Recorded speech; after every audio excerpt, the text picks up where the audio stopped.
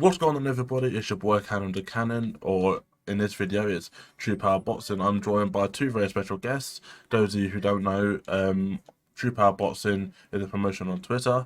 I'm joined by two of my fighters, Brandon and Lewis.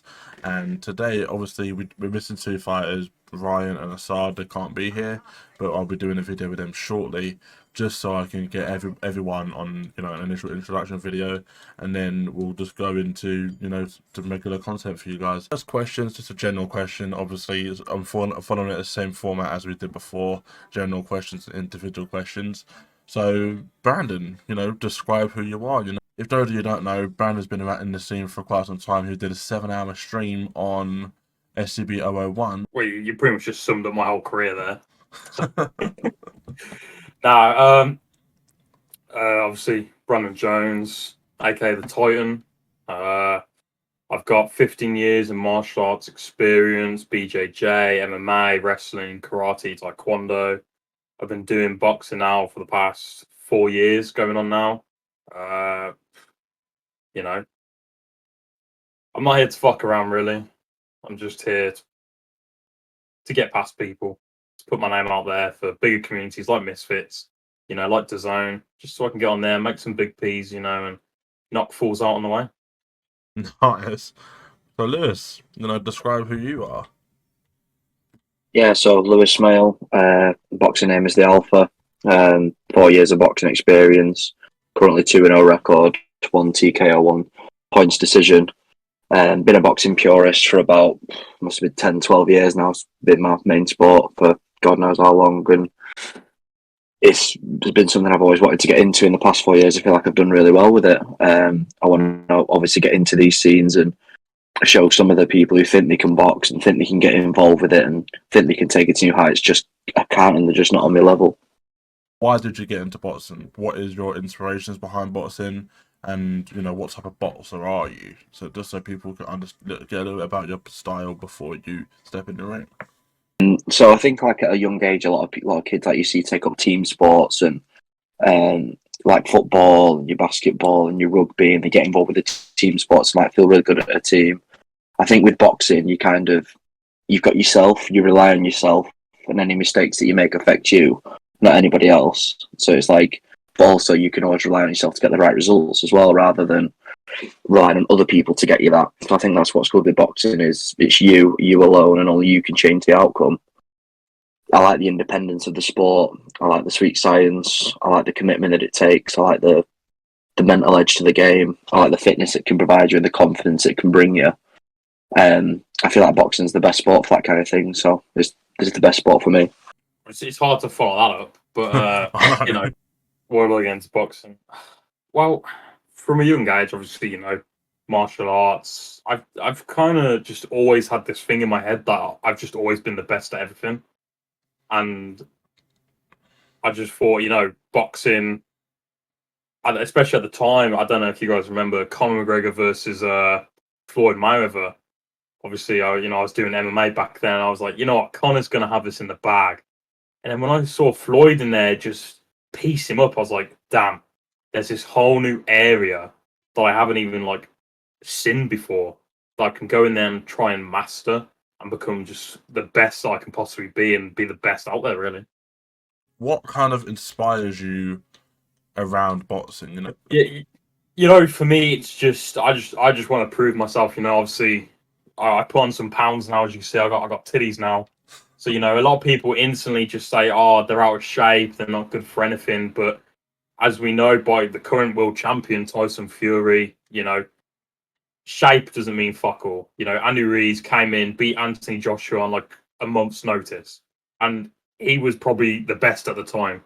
So for me, it's when people say, oh, you can't do this because of your shape, or you can't do this because, you're a little bit smaller than people. I'm like, fuck that. I'm going to go in there. I'm going to beat up your guy.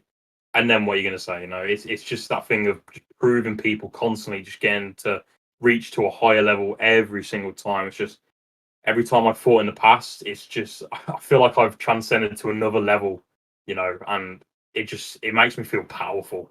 That's pretty much why. Yeah, quite similar, to be fair. I think no one's going to shoot my shot for me. So if I'm not going to shoot it, then nobody else is. So I think over the past few years, I've kind of found not only the sport I'm interested in, but the sport I enjoy doing has become, rather than a hobby, it's become an obsession. Boxing's a sport that takes over your life, and when you get involved with sparring and you get hurt for the first time, but you hurt somebody else for the first time, you get that bit of adrenaline rush, and then you see someone go down, and you think, yeah, you know what, I can do this. My 2 fights, like I say, have been successful. I've took a lot away from those, and a lot of confidence and a lot of learning. So I think if somebody else isn't going to shoot my shot for me, I might as well do as much as I can to shoot mine. What was you thinking, leading up to our fight? I was shit talking you as much as I could, but what was you thinking going into the fight? How was your training? Did you prepare as much as you can?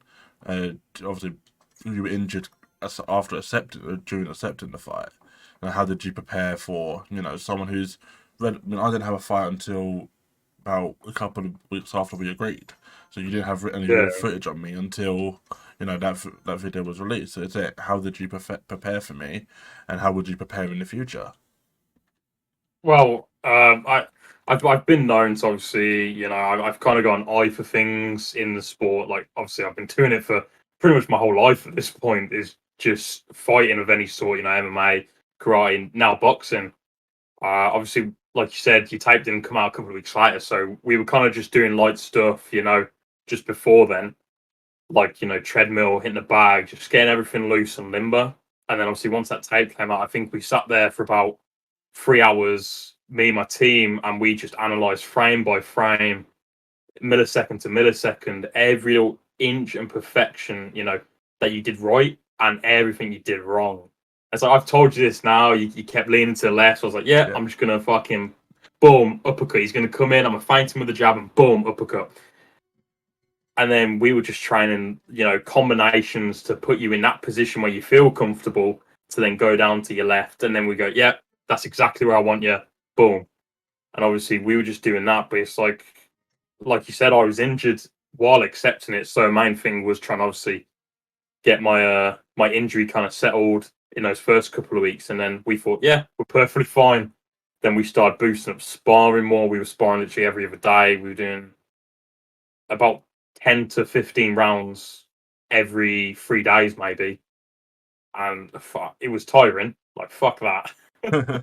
But, it's necessary. I take this thing 100% serious. I was out at like 5 in the morning. I wouldn't come back until 5 in the afternoon. I was gone all day training, eating properly.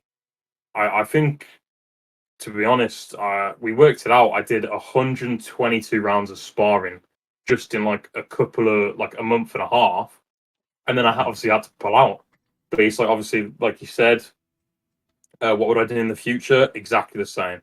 Get back into heavy sparring. Get back into, just feeling comfortable again in a ring. Just feeling confident again. Get these bad boys warm, warm and ready. And then, I feel sorry for my next opponent. Honestly, I can't wait. Honestly, man. Obviously, we know. I mean, we know. Yeah, we can't say. Yeah, we can't say anything for another couple of weeks. Hopefully, I mean, if it does get agreed, are you going to take him differently? Obviously, he hasn't fought before. It doesn't look like he's going to fight coming into obviously your fight.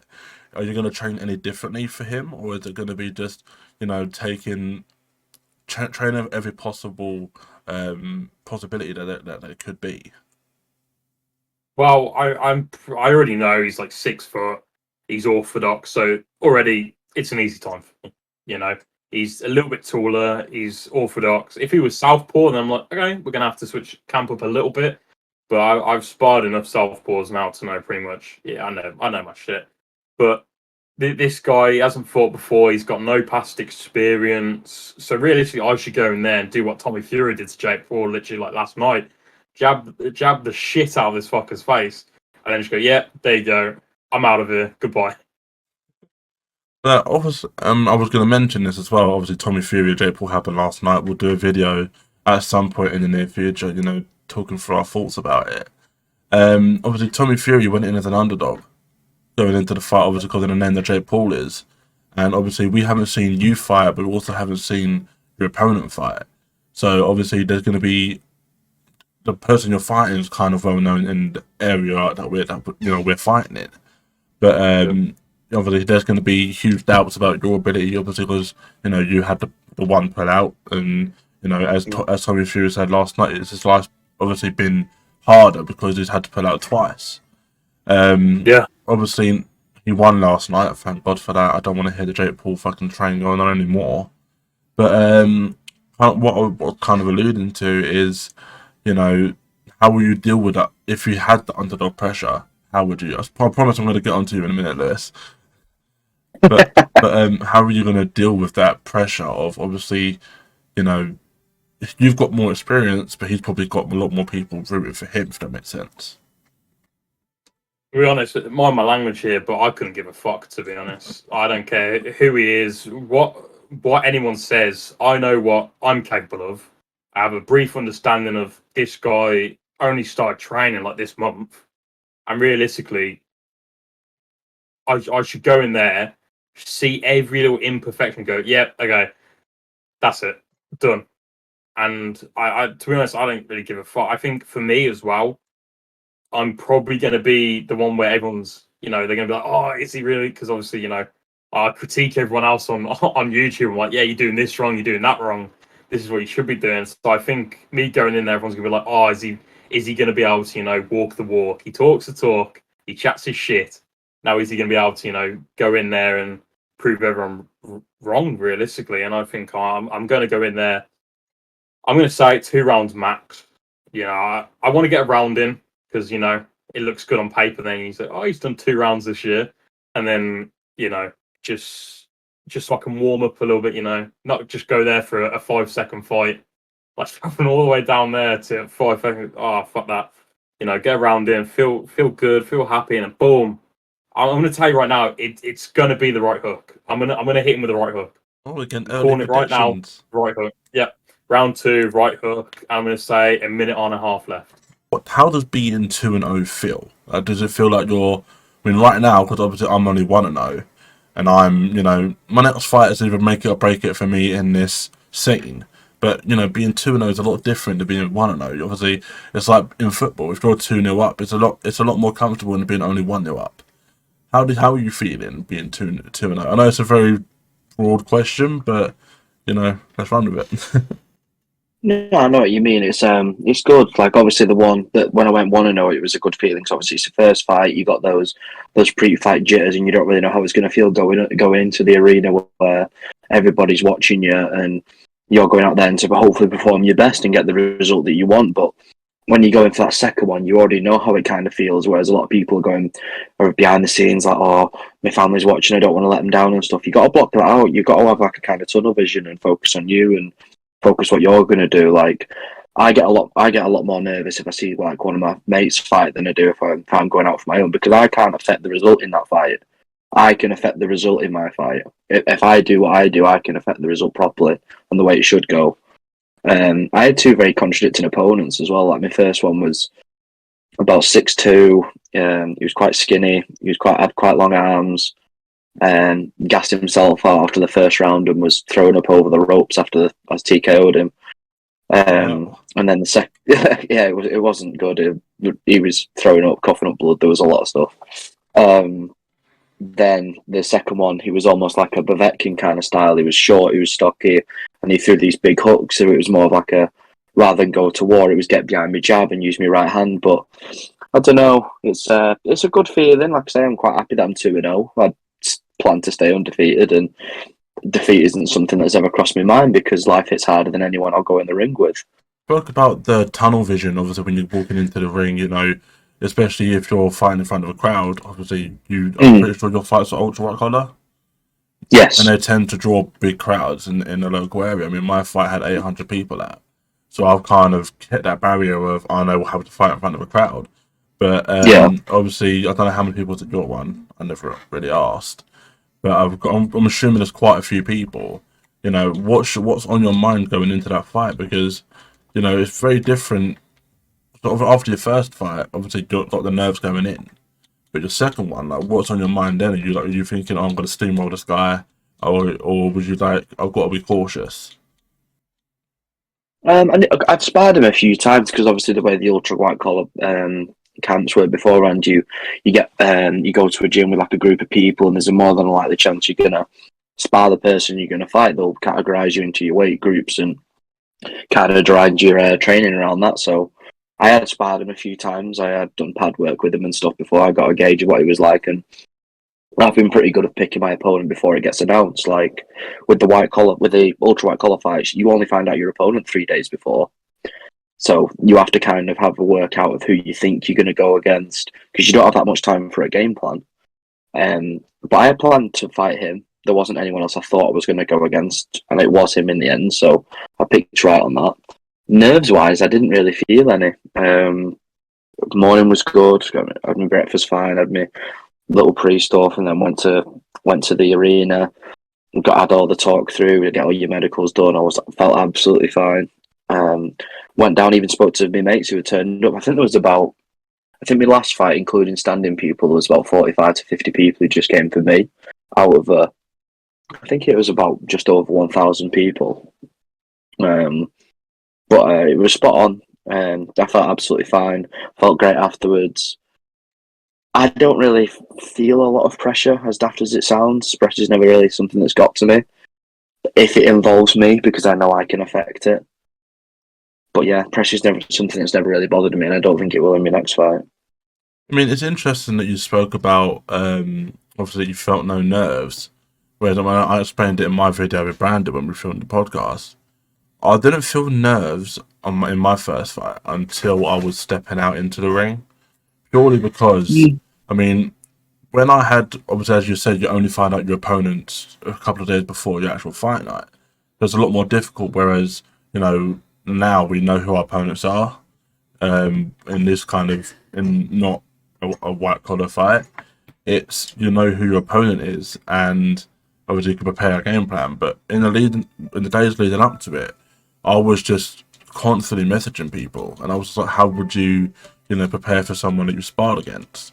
When I had on the day when I found out I was fighting him, he looked into my eyes and was like, it was something different about him that I didn't see in sparring, which I thought was kind of weird. He started laughing in my face. I was like, okay, you know what? I'm just going to weather the storm and see how I go forward.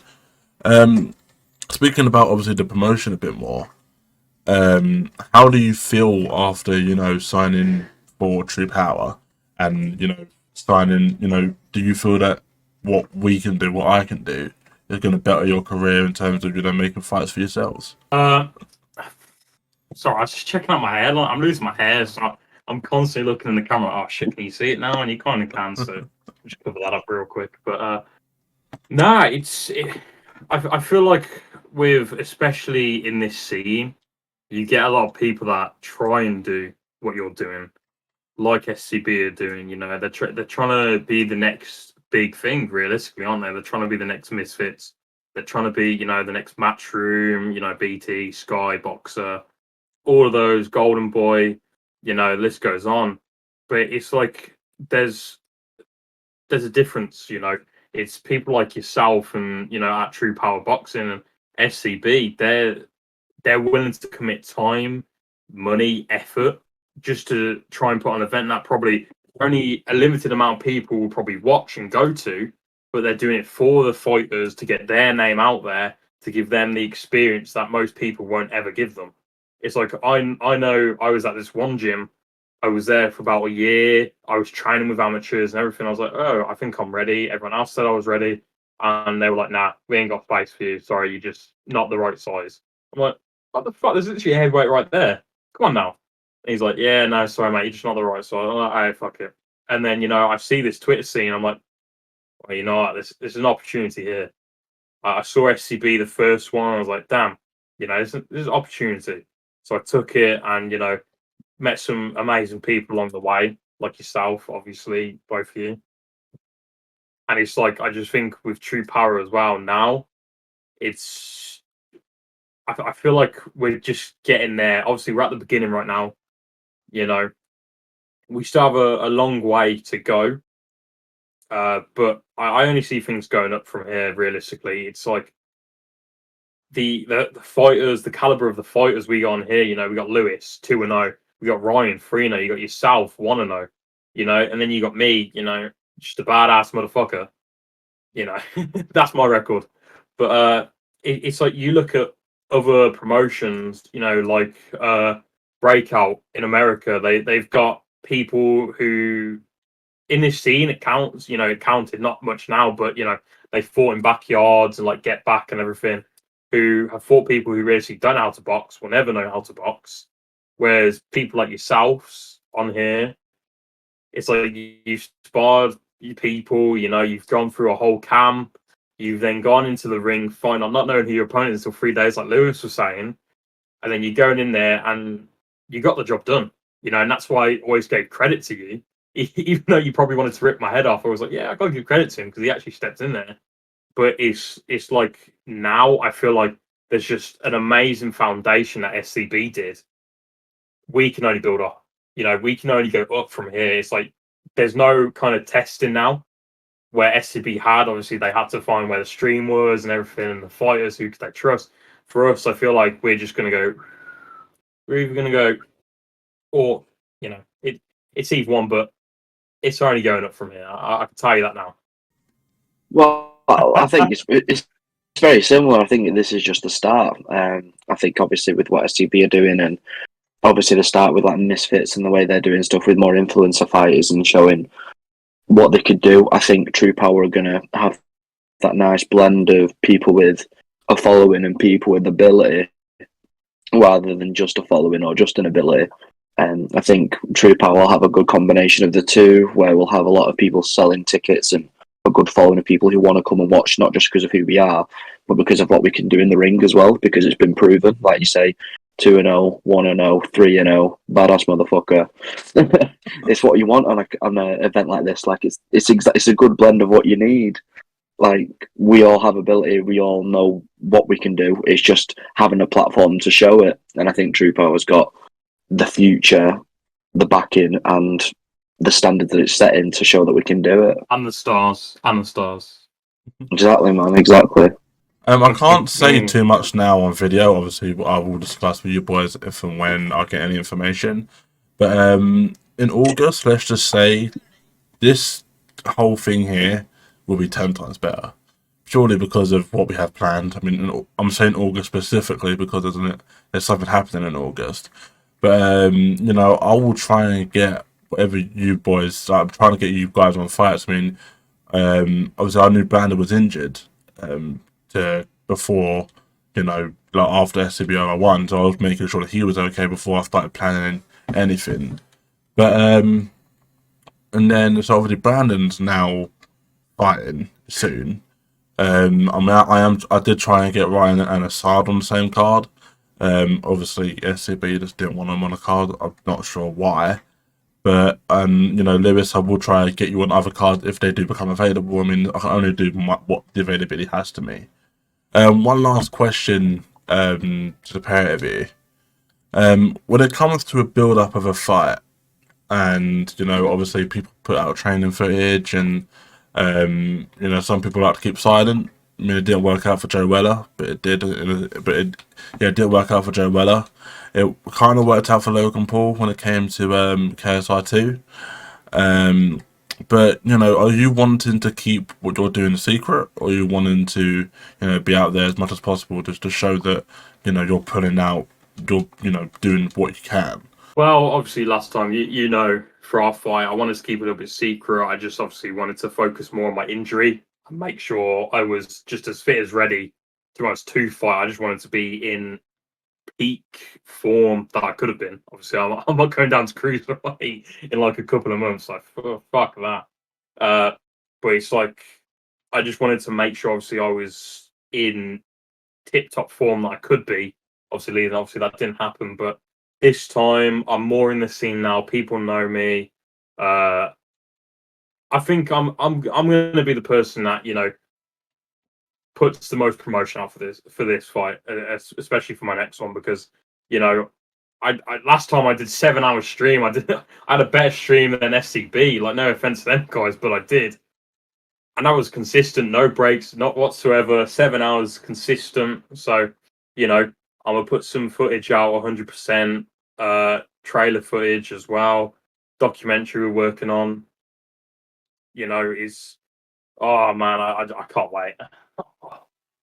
I can see I can see it in your smile. You just want him to go in there and just knock his head off. That's it. I'll do it tomorrow. To be honest, if I could, I'll do it tomorrow. I'll do it to your opponent as well tomorrow. That's not a big issue for me.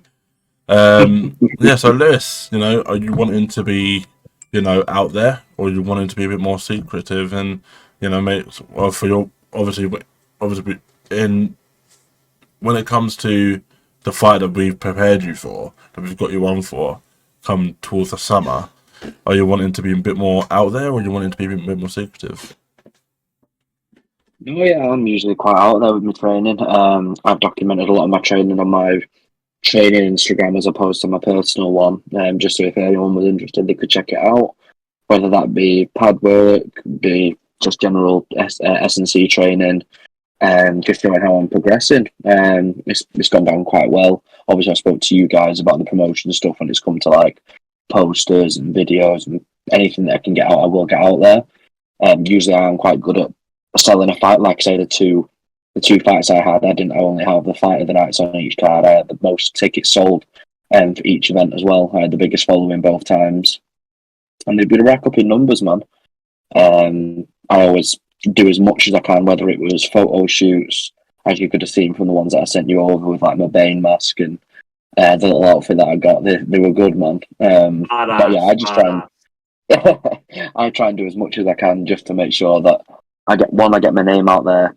2, people can keep up with what I'm doing, but also 3, my opponents can see when they step in the ring with me, they're in trouble. Lewis, where can we find you, mate? And usually, if you want to follow any of my boxing stuff, it'll be on my Twitter anyway, which is Smelly_98. Or you can hop onto my Instagram, which is EmbraceChange_official or Lewis_Smale. Good. And Brandon? You know, Twitter, Brandon45 Titan. You know, Instagram, Brandon_Jones_45. YouTube, Brandon Jones. You know, good content over there. I just tell people how shit they are, pretty much. About it.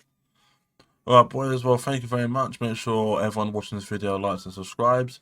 You know, look out for these guys. We've got some big things planned. Obviously, keep an eye on all True Power Boxing socials. Make sure you follow me. They'll all be in the description. And, you know, there's 2 more fighters to do interviews with, so I'll be doing that as soon as I can. But thank you, boys, for your time. I know it's late at night. You know, it's 10:15. You know, but, you know, I do want to thank you, boys, for giving me your time and just trying to get some content out there before we can, you know, stop announcing anything. So thank you very much, boys, and I'll speak to you all later.